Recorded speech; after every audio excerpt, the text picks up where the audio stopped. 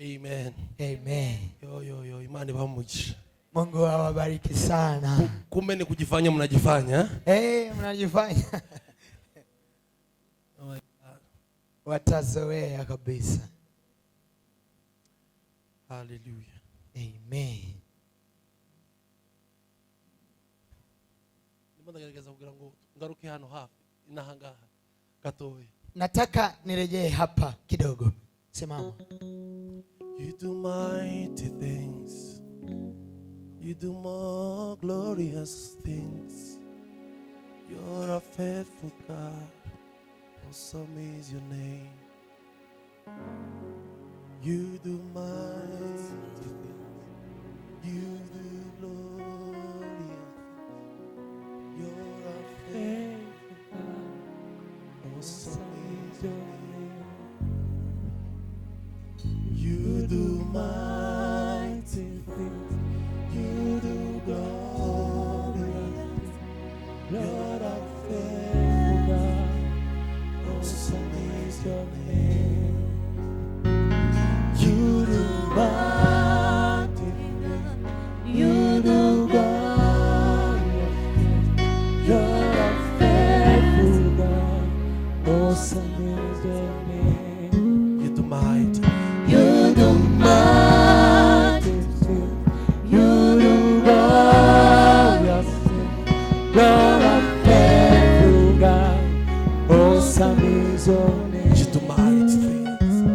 You do mighty things. You do glorious things. Lord, I'm faithful God. Awesome is your name. Mighty. You do mighty things.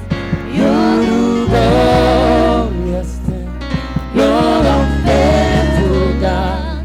Awesome is your name. You do mighty things. You do glorious things. You're a faithful God.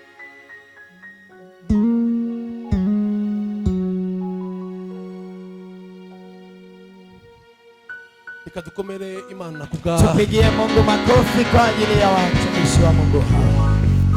Hallelujah. Wazumana apotre amefika. Tumishi wa Mungu mtume ahageze. We love you, we respect you. Tunakupenda na tunakushukuru. Imana iguhumukisha. Mungu akubariki. Ngiye kuvuga umwanya muto. Nataka kuzungumza muda mfupi Kubera yuko tugomba kumva Pastor Irakiza. kwa sababu tunahitaji kumsikiliza Pastor Irakiza. Toya ngiye kuba Yohana. John. Ngiye kuba Yohana. Mimi nataka kuwa John. No agaze arangiza kazi. Yeye sasa aje akamilishe kazi. Amen. Amen. Luka ibice bitanu. Luka mtakatifu sura 5.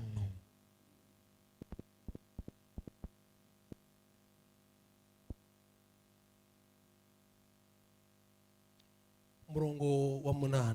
Mstari wake wa 8. Biblia iravuga ngo Simoni Petero ngo abibona atyo yikubita imbere ya Yesu ati vaho ndi databuja kuko ndi umunyabyaha. Kuko ubwe yari yumiwe n'abari kumwe nawe bose babonye izo fi bafashe. Ndashaka kuganira namwe umwanya muto umurongo wa 10. Nataka kuzungumza nanyi mstari wake wa 10.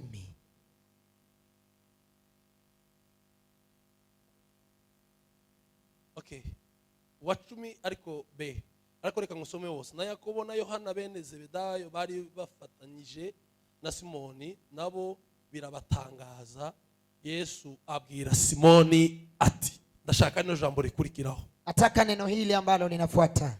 Witinya, usiogope, uhereye none tangu sasa uzajya uroba abantu. Utakuwa unawavua watu. Duimana icubahiro. Tumpe Bwana utukufu. Bwana sifiwe. Hallelujah. Reka mvuge gatoya umurimo wa Kristo. Acha nizungumze kidogo kazi ya Kristo. Kuri buri mukristo wese. Kwa kila Mkristo yoyote. Noneho Sasa nijo nashakaga. Ndi umunyeshuri. Imana igumugisha papa. Asante. Umurimo wa Yesu Kristo twese. Kazi ya Yesu Kristo sote Uratureba. Inatuhusu. Kandi Tena nuwa buri wese. ni ya kila mmoja. Kandi Tena nico cyamuzanye Kristo. hicho ndicho kimemleta Kristo. Kandi Tena uri involved. Uri involved. wewe ni mhusika. Yes. Ufitanye ubusabane haraho muhurira nico Yesu yazanye. Una uhusiano, kuna mahali nakutana na yale Yesu ameleta.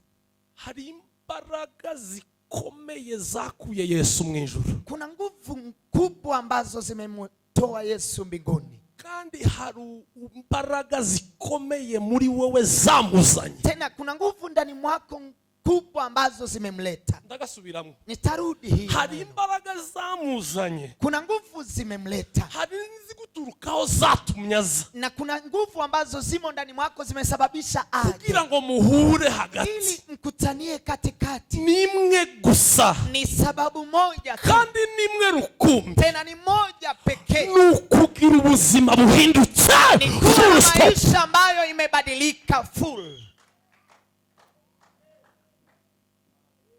Yeah. Ibitari ibyo ngibyo. Mambo ambayo si hayo. Ni ubufarisayo. Ni ufarisayo. Kandi ubufarisayo. Tena ufarisayo. Niryo dini ryuzuye. Hiyo ndiyo dini kamili. Ikizakwereka neza umunyedini nyakuri. Kitakacho kuonyesha mwanadini kamili. Nutura mu ruganda ariko rudashobora kumugiraho imbaraga. Ni yule anaishi mahali ambapo hakuna nguvu kwake. Nuturaho urusyo ruri ariko rudashobora kumugiraho ububasha. Ni kuishi mahali wanasiaga lakini huwezi siagika. Abo nibo banyedini original. Hao ndio wenye dini kamilifu. Kandi turabatunze benshi mu buzima. Tena tunaishi nao katika nyumba ya Mungu. Duturanye nabo kubera ko kuva igihe bizereye. Tunaishi nao kwa sababu muda walioamini kugeza 2022 mpaka 2022 nta mbuto zihindutse barera baratwere. Hakuna matunda yamebadilika wamezaa. Imana ishimwe cyane no mugoroba. Mungu asifiwe jioni ya leo. Kubera yuko wari umurobyi w'amafi. Kwa sababu utatoka katika Imana imuhindura umurobyi w'abantu. Wawabadilishe kuwa wavivu wa watu. Kandi kungiye gusoza. Nataka kumaliza. Amaze mpamagare pastor wanje aze abe Yesu. Lafu nikuje nimuite pasa wangu awe Yesu hapa. Nebera mugenzi wawe. Ambia ndugu yako. Kandi utarumwe. Tena usiambie mmoja. Ngirire barindwi. Niambilie kama watu wa saba. Mubwire ngo gira ubuzima buhindutse. Mwambie kiweni na maisha ambayo imebadilika ndani ya Kristo Yesu. Gira ubuzima buhindutse muri Kristo Yesu. Ishi na maisha ambayo imebadilika ndani ya Kristo Yesu. Gira ubuzima buhindutse muri Kristo Yesu. Kiweni na maisha ambayo imebadilika ndani ya Kristo Yesu. Gira ubuzima buhindutse muri Kristo Yesu. Kiweni na maisha yamebadilika katika Yesu. Gira ubuzima buhindutse muri Kristo Yesu. Kiweni na maisha imebadilika Gira ubuzima buhindutse muri Kristo Yesu. Kiweni na maisha imebadilika muri Kristo Yesu. Kiweni na maisha Gira ubuzima buhindutse muri Kristo Yesu. Kiweni na maisha Gira ubuzima buhindutse muri Kristo Yesu. Kiweni na maisha Gira ubuzima buhindutse muri Kristo Yesu. maisha imebadilika. Nutari namwe. Ukipiga hatua. Babone Kristo Yesu. Wamuone Kristo Yesu. Uvuga. Ukinena. Babone Kristo Yesu. Wamuone Yesu. Imyambarire yawe. Nafasi yako. Babone Kristo Yesu. Wamuone Yesu. Ukubanye n'abaturanyi. Mali unaishi na Babone Kristo Yesu. Wamuone Yesu. Imiterere yawe. Karakta zako. Yimuke cyane. Yimuke. Ihame. Ibe ireke kuba y'ikinyamurenge. Isiwe ya kinyamurenge. Ahubwo ibe ya Gikristo. Bali iwe ya Kikristo. Muve mu mico. Tokeni katika mila. Muve muri Kristo. Ingia katika Kristo. Imana ibagirire neza. Mungu awabariki. Wari umurobyi uyu mugoroba. Jioni ya leo. Wakire kuroba abantu mu izina rya Yesu. Pokea kuvua watu katika jina la Yesu. Katika jina la Yesu. Nimumbabarire muhaguruke. Msamehe mshimame. Ushakira abantu 10. Unitafutie watu 10. Ubabwire ngo gira imihindukire iri muri Kristo Yesu mu izina rya Yesu. Iweni na maisha imebadilika ndani ya Kristo Yesu. Yaba unavugana na mugenzi wawe, ongea na ndugu yako, mubwira ngo gira ubuzima buhindutse muri Kristo. Na ndugu yako mwambie iweni na maisha imebadilika. Haleluya, haleluya, haleluya, haleluya, haleluya, haleluya, haleluya, haleluya, haleluya, haleluya, haleluya, haleluya. Amen, amen, amen, amen, amen, amen, amen, amen, amen, amen. Hallelujah, hallelujah, hallelujah. Duimana chichwaro tuzamamoko. Tumpe Bwana utukufu tukinyosha mikono. Zamura duimana chichwaro. Pandisha tumpe Bwana. Zamura duimana chichwaro. Hallelujah. Hallelujah. Hallelujah. Subira. Nakuzamuka uve hasi. Basi. Inukeni tena kidogo. Keni kidogo kabisa, umuriro uratse. Moto imewaka. Ubuzima buhindutse muri Kristo. Maisha imebadilika ndani ya Kristo. Pandisha tumpe Bwana utukufu. Hakindi chamuzanye. Hakuna kingine kilichomleta. Aho duhurira na Yesu n'ubuzima buhindutse. Mahali tunakutania na Yesu ni maisha imebadilika.